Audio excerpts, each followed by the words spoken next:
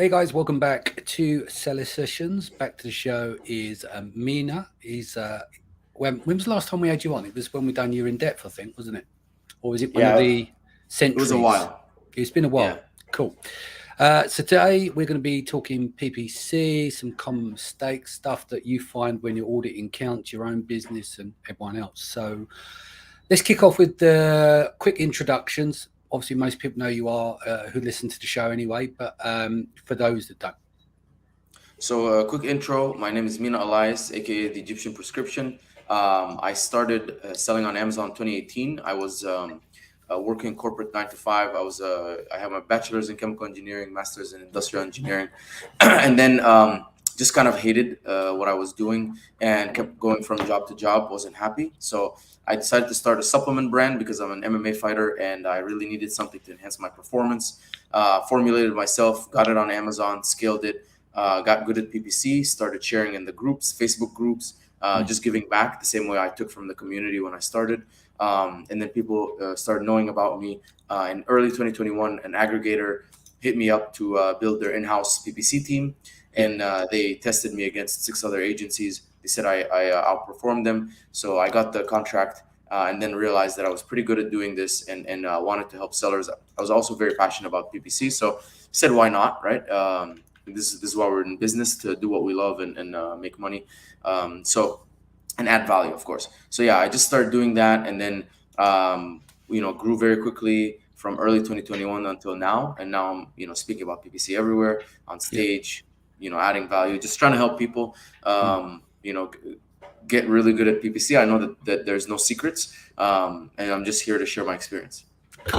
So just quickly on the MMA, how's it going? Because I know that you were unwell for a while. You don't have to go into graphic details unless you want to mention it. We've all had to deal with it. But that must have put back your training. So even though you, in terms of MMA, are you a professional fighter or are you an amateur? How is it working and structured in, like, it's different to the boxing world in some parts, but obviously there's always amateurs and professionals. So there's like a under the amateur, which is a level, and then you have amateur, and then you have professional. So I'm in like the middle, not like the professional, not like the UFC, but like in between. So I've had fights, I've competed, like 20 plus times, so it was pretty bad after the setback, health wise. My cardio's completely shot, but I just bounced back. I was out for 2 months. I couldn't do anything, and then I had to slowly ease my way into it. And so now I'm back to 2 workouts a day. In the morning, morning I'm doing either CrossFit or MMA. Evening I'm doing CrossFit or MMA. And so I'm doing about a combined of 9 to 10 workouts a week. And so, but I'm being smart, right? And I think right now, like the worst thing, my technique is still there. Everything's good. My muscle memory is fine. My cardio is my stamina is completely gone. Yesterday I was in a kickboxing class and just like throwing punches and throwing knees. I don't know. And also like, but plus like I got hurt in like my lung. So it's like it's even more, right? It's not just like your stamina's shot because you weren't doing it for a while. It's like your stamina's shot and your lung is not used to processing oxygen like that. After surgery. So it's been rough, but all I can do is continue to just consistency and discipline and just keep it going and 1% better every day. And I know I'll get back and better to where I was. Yeah, exactly. 365% a year is not a bad growth, right? If it's 1% exactly. a day. I know that Dan Ashburn was meant to be fighting, I think he's July 4th, but he's cracked a rib in sparring. So he won't be fighting. But I'm still thinking about it. I've just got to get it past my wife fight next year. So I've just got a new coach. He's amazing. So just been. I mean, it's just like sparring. If you're sparring regularly, then fighting. I mean, fighting is just just doing what you practiced in sparring. Except if you can keep your nerves calm, you're performing well. If you can't, then that's what it comes down to. Because you can be a gym rat and you can do it all well in the gym, but can you do it under the lights? It's the same when you're speaking at events, all these things, DJing or whatever. Where you get measured is what you do under the lights, because the rest is irrelevant. You don't get paid to do anything other than be under lights, unless you're an amateur boxer. But what I'm saying is can you perform the way that you perform in sparring and do that under lights and hold your nerve? Because and there's fear levels, and it's something that you have to train anyways. So. But yeah, I'll be 47 by the time. Danny, could you hold on 1 second? Yeah. I have to switch these out. I think that something's going on. Give me 1 second, okay? Sorry about that. I'll just let everyone know, Stellar Sessions live May 7th, and then obviously Branded by Women on May 6th. There's still a handful of tickets left for Stellar Sessions live. There's tickets left Branded by Women. Hey, Brandy? Go to, I'm getting feedback here. Go to live.celesessions. Oh, that's why it's going in and out? Yeah. Okay, don't go to brandedbywomen.com as well. Okay, you're back with me now. Yeah, so we'll get into the PPC. So my girlfriend was stealing my AirPods. That's why. Right. Okay. I thought it was running out of battery. Yeah. We'll get into the PPC because we're like 5 minutes in. But no, I was just saying to you, because it's interesting that there's a few people in the space, and and I've spent years to sit in front of a computer being a degenerate, lazy person. But what a difference it makes whether you're sparring, fighting, not fighting, and just training. The impact it has on your business can be phenomenal because of the focus level and stuff. And like me and you, I train 5 days a week on average, and you train more than me. But I have to look at my body at 46 versus a young man like you, and obviously Dan Ashburn, I think he's like 34.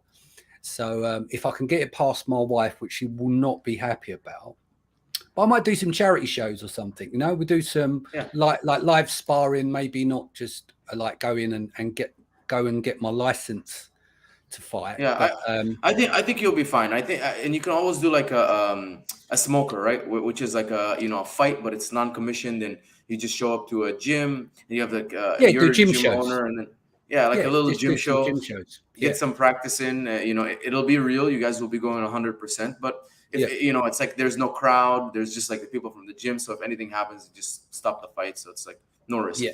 Indeed. Right. PPC, that's a new fight for a lot of people, especially with rating Tacos and ACOS. Right. Let's get into it. 5 minutes, 7 minutes in. Let's give people some content. Right. Kick things off. Let's just roll it out. Way that you're structuring, the mistakes that you're seeing. I'll shut up for a bit and let you run through. Perfect. So I'll just talk about like my audit process. Obviously, for me to ever take an account on, I have to notice that they're doing a certain number of things like not correctly, or basically things that I think I can fix. And then I'm going to be able to add value, right? Or else they're going to hire me, and then they're going to say, well, we don't see much of a change. So this is what how I walk through it. The first thing I'm looking at is the portfolio separation. So like a lot of times I'll take over an account and there's like 20, 30, 50 portfolios, and I don't understand why. But usually the way I like to do it is whatever like products you're advertising in a campaign should reflect that portfolio. So if you have 5 products, and let's say each of those products has 2 variations, each campaign you're going to have those 2 variations of each product together. Your portfolio should have 5 portfolios, and each portfolio should say like, product 1 with these 2 variations, product 2 with these 2 variations. So you can very quickly filter through the different portfolios. It's just like a folder that holds all of your campaigns for a certain product, and you can very quickly identify, is this working? Is this not working? This is good for visibility, because if you have a product in launch and then you have a product in mature, you should be able to look at the 2 different ones very quickly and say, okay, combined they have an ACOS of 70%, but that's actually the good one is doing 25% or whatever, and the bad one, or the one in launch, not the bad one, is doing like 65, something like that. So that's the first thing I noticed. The second thing is the campaign names in bulk sheets, which is kind of the only feasible way to optimize things in your campaigns very quickly when you have many different campaigns and products, is to filter through the campaign name. And so the only way to be able to show all of the campaigns for a certain product is to have like a product code or a product name in there in the campaign name. So campaign names are very important to me, because again, like it's not just about like the little actions, right? The optimize the bid or increase the budget. It's the whole organization. If you have something that's if your campaign is completely like campaign manager completely messy, it's just gonna make everything more difficult. So keep it nice and clean. Have the product code at the beginning, space dash space, the type of ad. So auto, is it close match, loose match, complements or substitutes? Is it broad phrase exact, product targeting, category targeting, sponsor brand display, video, headline search ads? So those are the different names that I'll have after the product code. And then from there, the source or the intention. So did it come from the search term report? Is it Helium 10 keyword research? Is it a keyword that you want to rank? This is going to be good because also when you like, you can sort by spend, and you can say, okay, like these campaigns are spending too much money, their ACOS is too high. And then if the name says ranking electrolyte powder, then it's like, oh, okay, I'm trying to rank organically for this keyword, so it's fine. Like we'll keep this campaign spending not profitably, it's fine. And so that's another thing. So after the campaign names, I look at the budgets. Most people have very low budgets. I don't understand why. I think it's because on Facebook, if you have a $5 budget, you'll spend $5. If you have a $100 budget, you spend $100. It's not the case in Amazon, because Amazon is on a bidding system. So if you have a $100 budget and a 2-cent bid, nothing will happen. You're not going to spend the $100. And so, but if you have a $10 budget and 30 keywords and 3 ad groups, and then so that's 90 keywords, and then it's $1 cost per click on average, it's impossible to for Amazon to spend anything because you don't have the budget.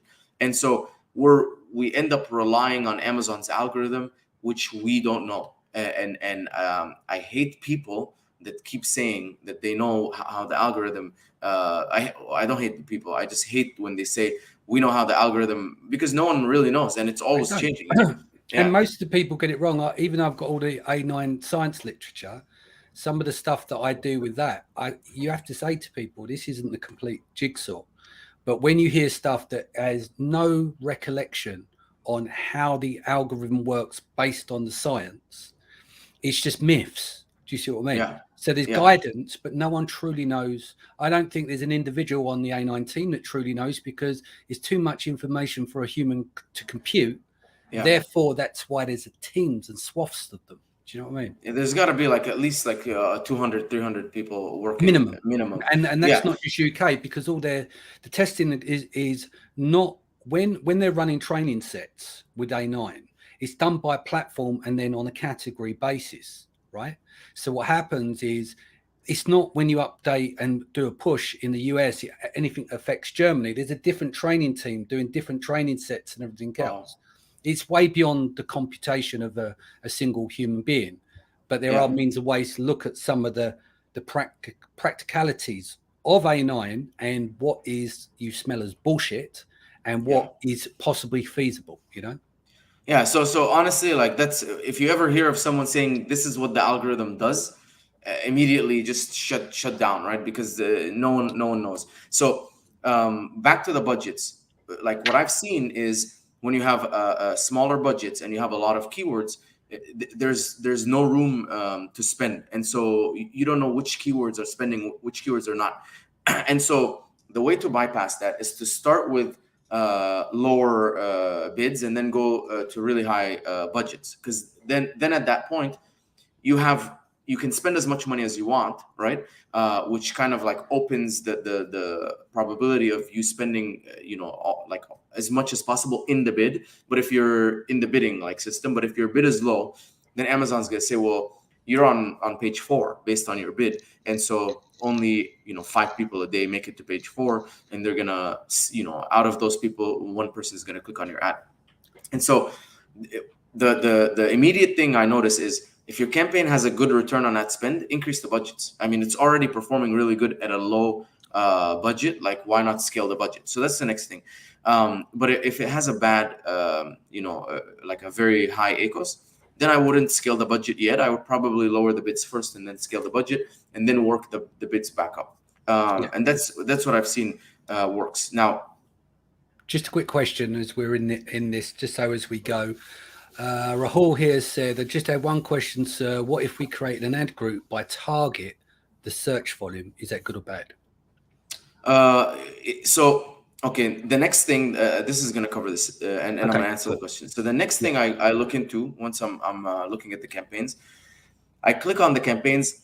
If I see multiple ad groups, to me that's also an opportunity for growth. Why? Because what I've seen is when you see like, and you can go and look into your campaigns, you'll see 3 ad groups, which I don't know why the number is always 3, right? Broad phrase exact or something, but you'll see that one of them is spending money and making a lot of sales, and then the other two, like one is like barely doing something, and then the last one is not doing anything. And so the reason, in my opinion, is you have a campaign level budget, so you have no control on the ad group level budgets. So having multiple ad groups, since you can't control the budget, you could have an ad group that actually has keywords that will perform insanely well, but you can never scale it, because no matter how much you increase the budgets, for some reason Amazon is sending the budgets to the ad group it thinks is better. Yeah, it chooses. Yeah. And so I don't know how it chooses. So I want to remove that control. So having just that one ad group, I know for a fact that the entire budget is just going to flow down to the ad group and to those keywords in there. So now, so that answers part of the question. When he mentioned the ad groups, I only do one ad group. Now, let's say, okay, you're not going to separate the ad groups by search volume. You're going to separate campaigns by search volume. I'm a huge proponent to that, because what I've seen is when you put a very high search volume keyword with a like a medium to low search volume keyword, the budget will flow to that high search volume keyword. And again, we don't know why the algorithm does it, but the assumption is because there's a statistically higher probability that the higher search volume keyword will convert more times in a given month than a lower search volume, even though the lower search volume keyword could be more profitable. That's why the higher search volume one will get the budget. And so you'll notice it. You'll put 2 keywords in. One of them will be spending a lot of money, the other one will not, and then you can pause that one, put it in its own campaign, and now that one is spending a lot of money and profitably. So that's to answer that. Now, the level after that, after the ad groups, is the keywords. So the next thing I'm looking at is the keywords. So 100 keywords, 50 keywords, 70 keywords, those big number of keywords. All you have to do is sort by spend, and then what you'll notice is 10, or even sort by sales. You'll notice that maximum 10. Usually I see anywhere between 5 to 10. 5 to 10 keywords are getting sales. The rest aren't. So in a situation like this, you think that you're targeting like 100 keywords, but you're actually in reality targeting 10. Those other 10 that are spending but didn't make any sales, you'll notice they're spending $2, $3, $4, not in 30 days. That's not significant. So you're not actually, and then you have all the other ones with 0 spend. What's the point of them even being in that campaign, right? They're not getting any traction. They're not getting impressions. They're not getting spend. So what I'll do is I'll say, okay, perfect. The ones that are working, let them keep working. I mean, I'm not going to touch something that's bringing me money, but all of these other ones that are not, pause, and then put them in their own campaigns. I like to keep it 5 keywords per campaign, and just to kind of minimize. And then some people will say, what about 1 keyword per campaign? If you want to do 1 keyword, sure, 1 keyword per campaign is fine. 5 is enough, to get like all 5 of them, get a little bit of budget. I haven't really split tested so many times, like 1 keyword versus 5 keywords, but this is just based on what I'm seeing. When you put 100, 5 or 10 will spend. And so let's stick to 5, right? And so those are the common mistakes. The final thing is I'll go back and look at the placement, and you'll see top of search, product pages, and then rest of search. There's 2 scenarios, right, where they'll have like a top of search at 100 bid by placement, 100% or 150 or even 50%, and then I look at the top of search ROAS and it's bad. The product pages or rest of search is better. So why do you have a bit of like, just because it performed well once and you said, okay, it performed well, let me increase the bid by placement, doesn't mean that you leave it on forever. If in the last 7 days it didn't perform well, you should cut it back down. Because maybe just in that period it performed well, or maybe when you increase the bid at that bid level, it's not performing well anymore. And then the second thing is, if it's already performing really well and you don't have a bid by placement adjustment, you should test having a bid by placement adjustment and see what happens in the next 7 days. And then I think the final mistake there's not a constant iterative process. And I think that's going to be our next point that we're going to talk about, is what does a typical weekly flow look like? Because setting up campaigns, you can't just leave them. It's a bidding. It's like a bidding war. It's like today you're doing fine. Tomorrow this guy comes in and he's outbidding you, and now you're not profitable anymore. Or now these people raised the bid and you weren't paying attention, and now your bid is too high and now you're not profitable on those keywords. So there's constantly things happening. I'll also go into the search term report. Like that's one of the things like I'll do in the audit, because I can very quickly go into the search term report and say, okay, show me everything in the last 30 days that's spent in auto broaden phrase, right, where we have to add negatives. We can just lower the bid. That's spent over 15, whatever like the target cost per acquisition is. Like let's say target cost per acquisition is $10. I say show me anything that's spent over $10 and didn't make any sales, or that has an ACOS over like 80%. And so I'll get a list of keywords that I can add as negatives, and if I sum that spend up over the last 30 days, and maybe they're spending $10,000 and that number is $2,000, I'm like, I can cut down 20% of your ad cost immediately and not affect your sales at all, because those are all keywords that really didn't bring any sales, or if they did bring sales, it was profitable. So it wasn't profitable, so it did more damage than good. So that's kind of like, these are the common things that I see, and that's literally my audit and how I will go through step by step and say, there's opportunity here, there's opportunity here, there's opportunity here, and then combined that cleans up the account. And then after that, we can jump into like what the weekly flows like. Cool. Let's answer this question. When it comes to highly relevant keywords of our ASIN, we're getting clicks but not sales, and it also indexing our listing. How can we improve this on our PPC? I'll answer that as well. Most common thing, and I've actually got the data science team to run some tests for me, which I'll be doing at seller sessions. I'll share on the show after. But 9 times out of 10, when a seller comes to me and says, my PPC is not converting, the first thing I ask is, how much is your product? What is the keyword? And what is the average price of the page? And 9 times out of 10, their product is anywhere from 50 to 100% higher in cost. And that's why it doesn't convert. 9 times out of 10. So like, I'll take this approach one step further. So that's like a single, right? Like a single thing. And I never operate in single, because my entire thing is based on iteration. Yeah. So if you have your analytics done right, you're tracking your PPC spend, and then you're tracking your PPC sales, total sales. You're also tracking your sessions, and you're also tracking your conversion rate and your click-through rate. So what I would do is say, okay, I'm spending $100 a day, in week 1. Let's move it to $200 a day, right? Let's launch some campaigns and move it to $200 a day. So I went from $700 a week to $1,400 a week, 100% growth in my PPC. Then I'll look at my sessions. That number should be also 100% growth, around there, right? If it's 70%, it's fine. If it's 60, it's okay. But it should be directly proportional. And that is the purpose of PPC. The purpose of PPC is one thing only. It's to increase the amount of traffic. So visibility, visibility. Yeah. If that works, then your PPC did its job. If it didn't work, then the next thing we're going to look at is the conversion rate and the click-through rate. If your click-through rate is very low, if you ask me what's low, for me, I consider anything under 0.2% pretty low. 0.5% is decent. But if it's really low, which I've seen happen, we're launching campaigns, but no one wants to click on you. You're not desirable. So the next step after that is, okay, maybe go to Rank Bell, Pickful, Product Opinion. Those are 3 services. You can put the search results, and you can say, would you click on mine, or would you click on this, and why wouldn't you? And then people can say, well, your reviews suck. You're 4-star, and then this guy's 4.5-star, 3,000 reviews. Why would I even click on you? Or your main image looks tacky. You look like you're from China. No offense to Chinese people, but it doesn't look like an authentic product. And I'm like, okay, so there's your problem. That's the click-through rate side. If your click-through rate is strong, but your conversion rate is bad, you'll notice, okay, I spent $1,400. I went from $700 a week to $1,400 a week. My sessions went from 500 sessions to 800 sessions. That's very healthy growth of sessions. But now my conversion rate is like went from 12% to 7%, or even stayed at the 10 to 12% range. So you're not converting enough. And so there's where the problem lies. But you should be very, like, you should understand that the goal of PPC is only to bring more people to your listing. That's it.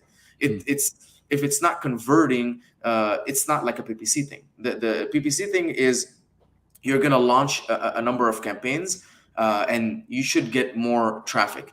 Some of that traffic is going to be a little bit too expensive. That's a whole other topic, right? That 1,400 that brought you an additional, let's say, 300 sessions. Okay, maybe that could have been only 1,100, right? Because you overspent on PPC, but that's a whole other topic. Given that you're in the right direction, as PPC grows, your sessions grow. But if it's as PPC grows, sessions don't grow, then you have an issue. Or as PPC grows, sessions grow, but your conversions, your sales stay relatively the same, they only grow by 5%, you have a conversion issue. And so that's how to identify what the source of the problem is. Because just don't like throw it on PPC. I spent more money on PPC, I didn't make any sales. It really, there is many pieces, and you can step by step, by iterating, by you change, like you know this, like you change one thing, put it back, you change another, put it back, and you immediately know. All of this, all of us. What you look for is statistical significance. Like, so you can tweak too much. Sometimes, like you said, you're doing weekly bids. If you're not using software, you're doing manually. Totally get that. You want to go in and check, but you should breadcrumb and make notes of all your iterations. Not everyone does. Some context to it. I know Amazon tracks some of these, but the key thing is to reach statistical significance. And the point I made earlier on is, when someone comes up to me at a conference, 9 times out of 10, I say, pull out your phone, if they're happy to do this, right? Because not everyone wants to show the products. I say, put your keyword in, and then let's look at the average price of the page. So we do a quick calculation, rough guide, and it's like, your product's like $8 higher, but you're not Apple. You're not Nike. You're not Adidas. Do you know what I mean? And often they always say we want to position ourselves as a premium product. I said, okay, but what if it's not working, right? What if you want to position yourself as a premium product, but then all it's going to take, right, is that $8 more product, cut it down by $4. You notice a significant increase in your conversion rate. There's your problem. I'm not saying sell it for $4 less. I'm just saying, here you go. Like, there's the data. But that comes to the point as well, is it's very common for people to work on a product for so long, get towards the end and realize their production costs are higher than they once thought. So then mentally, they turn it into a premium product, because that satisfies the margin to make that product work. So they convince themselves. It not necessarily started off as a premium product, but they did that because they couldn't reach the numbers they wanted. And they've invested so much emotional time in it. Therefore, it becomes a premium product. And so part of that data science, what we're doing is across 100 keywords that all sell in peak Q4, so for November, all right, in that month. And the average frequency rate is 1,000. So it's not grandfathered in products and stuff. And across that, we're measuring top of search PPC, the first set of organic positions between 1 and 5, the distance in price between them, and to look at if there are premium products pricing with inside of those top 5. Because if you're going to do a top of search campaign to push your product, and then you push your price up, and PPC is normally around 18% higher than the top 3 positions on average on the price, right? So it becomes a misnomer. If you were going to use PPC to get as many conversions as possible, but your price is set so high, how are you going to get the velocity to get into the top 3 positions that are lower priced than yours if the people don't see the value? So it's trying to show people that and encourage them, and we'll do everything on the star ratings, the reviews, the distance between, so that whole research, it's only 100 keywords across dozens of categories, but that's more research than most people would attempt to do. So I'll present all that data, because I may be wrong at the end of it, but I do believe is that going to do a premium product, so people pay a premium price and then expecting to use PPC to get the velocity that you need with a pretty decent on US frequency rank, you're working against yourself to get I agree that you want, And again, this is also Amazon, right? So it might not be the best place for premium products, right? Because I mean, I think what Jeff Bezos is the one who said, like, if you didn't get it at Amazon, you paid too much. And I mean, like, this is clearly an indication, like, this is where you go to get the best deal. And I mean, this is where I go to get the best deal, is I go to Amazon. It's cheaper than retail, and I compare prices, and I'm like, unless there is a significant, and I think you mentioned this, you said, and they don't see the value. So I don't think you just say you're a premium product just to be a premium product, but if you have some sort of value add, like, okay, like, instead of getting this like toothbrush, you get like 6 replacement kits and like a thing that you put it in to stay sterile. I'm like, okay, I'd rather have this one. Maybe it cost you $2 more cost of goods, but you're selling it for $10 more. That is now a premium product, not like, you just have a nicer packaging, and then you consider yourself a premium product, because this is not the customer on Amazon. They're looking for deals. Like, they want the cheapest thing. They don't want the most premium thing. They want the most premium thing. They're going to another store. Yeah, and the holy grail on Amazon, which is very, very difficult to achieve, if you can make a better mousetrap that is cheaper than everyone else, very hard to achieve, you will win. A better product at a cheaper price. But it's very, very, very difficult to do without tremendous scale behind it. Yeah. And you probably have to invent something, and then have like manufacturing be so good. Probably, maybe, I don't know, buy your own machines or something like that. So, but anyways, we'll get back into PPC. Let's do this. Sorry. What's a typical weekly flow look like? So after we go in and we've cleaned everything up, so quick summary: portfolios, campaign names, budgets, the multiple ad groups. If the ad groups are not working, turn it off. Within each ad group, keywords that are not working, turn them off. And then looking at the placements, and any placement that bid by placement that shouldn't be there, turn it off. Anything that doesn't have it, we'll just make a note of it, right? Because I'm just trying to clean initially. Okay, so what's the next weekly flow? The different lever, there's different levers to pull. There's 2 modes, and I think you'll appreciate this. There's 2 modes on PPC, and I don't think most people realize this. And I have noticed this because some people will come to me, and this is after a lot of like client communication. I want you to scale my product and cut down my cost.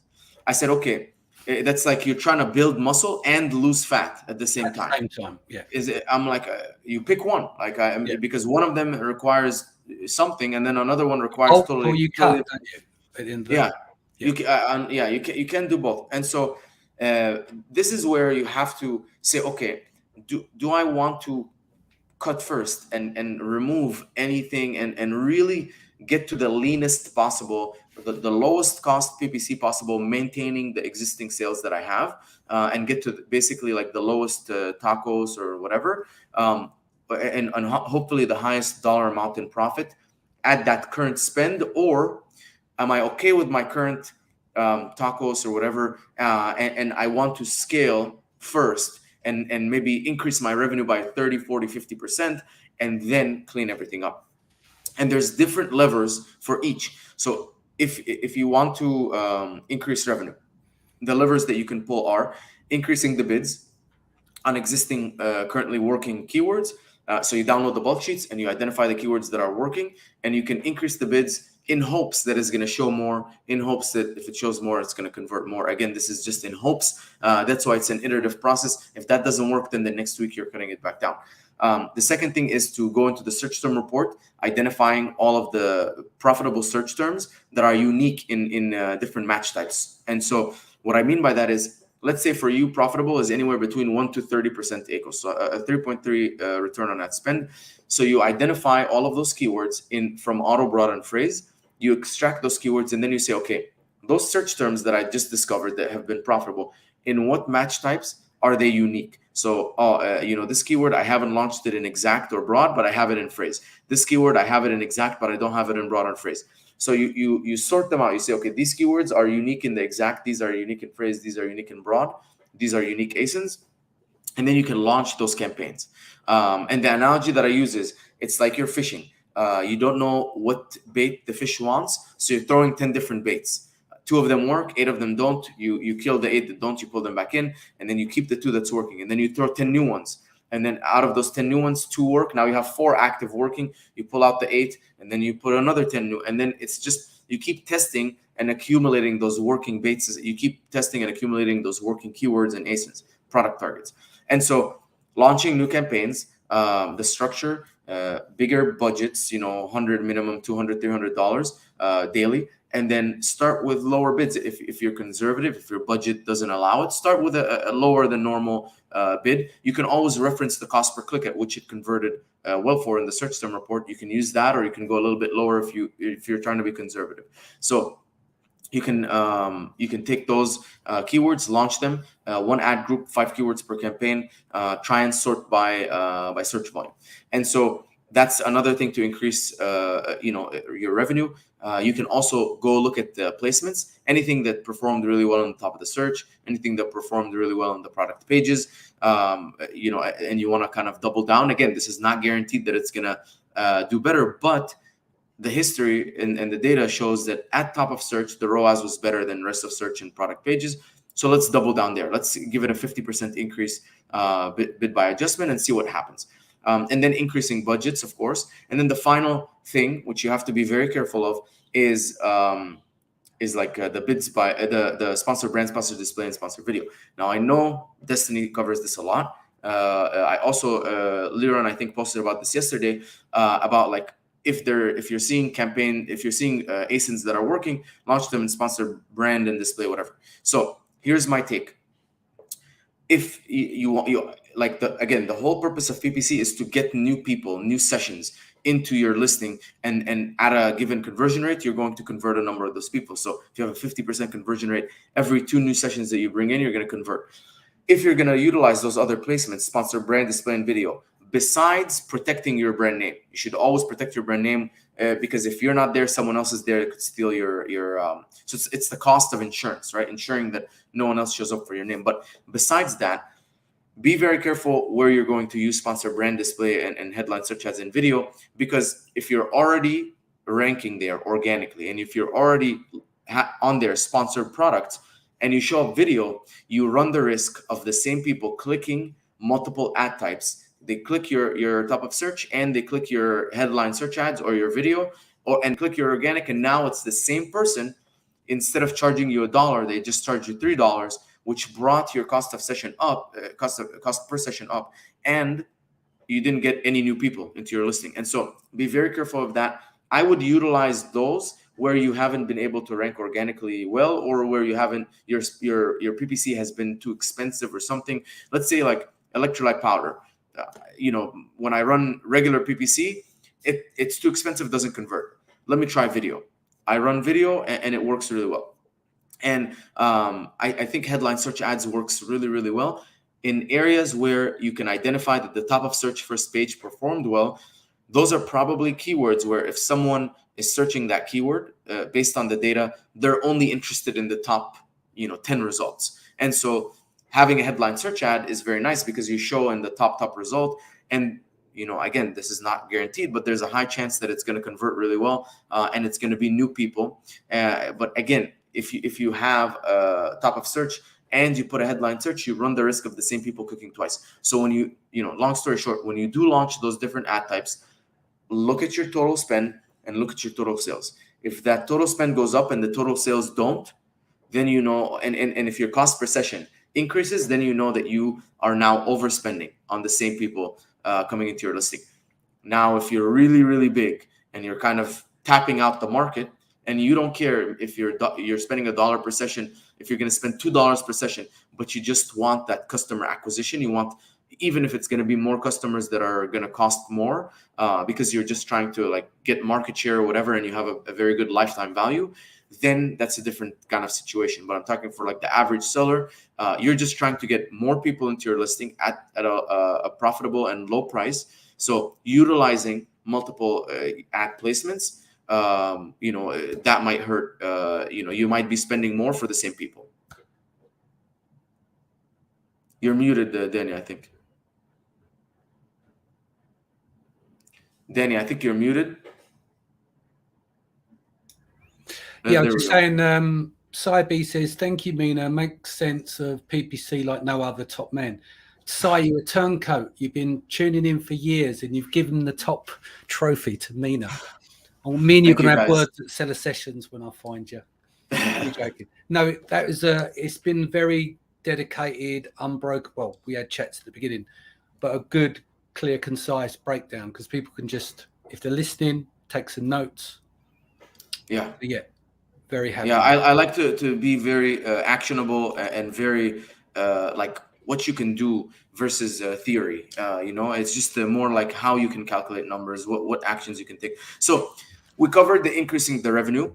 Yeah. Now, for now, if you're trying to lean down and cutting things down, the actions that you can take are in the bulk sheets, lowering the bids, in the search term reports, identifying the keywords, auto broader phrase that are spending too much money, high ACOS, or spending money and not making sales, add them as negatives. And you can, if you have placements that are not working, you can remove that bid by placement. But that's it. So those are the two like sets of levers that you can pull. The first set of levers is so you can increase your revenue. The second set of levers is you can cut down your spend. Now there is also one thing to keep in mind. Invest the cheapest traffic you can get is organic traffic, which costs $0. And so another thing that you can utilize PPC for that is besides this is ranking for organic keywords. And what you can do is you can identify 5 keywords, for example. You can use Data Dive. I love Data Dive. This is what I've been using now for everything. But you can go into Data Dive. You can identify 5 keywords, add them into Helium 10 Keyword Tracker. And those are 5 keywords that all of your competitors are ranked really high for. It has a good search volume, and you're not ranking, maybe you're ranking position 60, right? Which is not bad. You're not positioned like 200, but it's also, you have opportunity there. And then you can add those keywords, 1 keyword per campaign, 1 broad, 1 phrase, 1 exact, high bids, high budgets, invest for 30 days. If you don't have a big budget, invest for 30 days, 1 keyword only.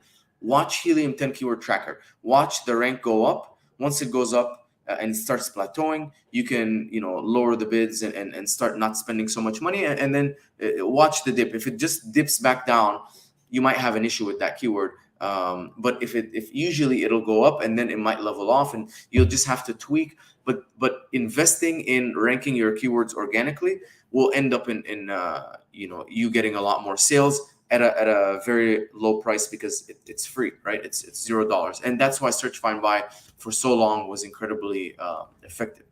Yeah, good. Is there anything we want to do a quick summary on before we sign wrap off? up? No, that's it. Again, to summarize, to clean up portfolios, make sure you have your portfolios sorted out. What's in your campaign should reflect what's in your portfolio. So if you have 1 product in your campaign, you should have 1 product in your portfolio. If you put your variations together, same thing in the portfolio. Then look at your campaign names. Nomenclature is product code, space dash space, the type, auto broad phrase, or close match, loose match, whatever. And then some sort of indicator where it came from, or if it's a ranking campaign or whatever, and then maybe like a number because there's going to be so many of them. This is just my naming convention. Have something that's easy for you, right? But definitely have a product code that is unique. So when you type in that code in the search, you know that that's for this product. Yeah. Then look at your budgets. If you have a high ROAS, increase the budgets. And then for low ROAS ones, you can work on lowering the bids first, then increasing the budgets. Multiple ad groups will hurt you. You can go and take a look, and you'll see. So try and eliminate that. Too many keywords in a campaign, that will also hurt you. So things that are not working for the last 30 days, turn them off. It's not going to hurt, right? Because they weren't working anyways. And then figure out what mode you want to be in. Do you want to increase your revenue, or do you want to cut that, increase your revenue not so profitably, or do you want to cut down and become as profitable as possible? And then just work within those cycles every week. You can maybe take 2 weeks of increasing revenue and 2 weeks of cutting down and becoming super profitable, and so on and so forth. And then finally, use PPC to invest in organic ranking. That's a summary of everything we talked about. Cool. Tony's just asked, do you have any experience sending outside Google traffic to the Amazon storefront versus Amazon listing? I'll be doing a show next week with the guys from Ants. We've got a load of new data science. Nice. And we'll take a look at that. But I don't have an answer for you now, Tony, because I don't do it personally anymore. Yeah. Mina? I'm doing I don't have an answer. I'm doing a case study with Justin from Carbon 6 with Pixel Me. So PixelMe, they do the same thing. They have like the Google links, and then they send traffic to Amazon. And so we're gonna do a case study, and we're gonna put some keywords in Helium 10 keyword tracker that are ranked maybe position 60, and then use PixelMe, and then see what happens for the organic ranking. And when I have the results, I'll share. Sounds good. What's the best way that people can reach you? So the website triviumco.com. If you go on there and you want me to audit your campaigns, I'm more than happy to. Just fill out the form. I can only do a few a month, so if I don't get to it, just understand why. Mina Elias on Facebook and LinkedIn, at Egyptian_prescription_Elias on Instagram. So I'm pretty accessible. Hit me up. Mina at triviumco.com is my email. So yeah, that's it. Sounds good, guys. Sharon will be back in the chair tomorrow. Thursday. Then Isabella back Monday. I'll be back Tuesday and Wednesday. Have a good time. Take care of yourself and your family. Much love, and I'll see you again next week.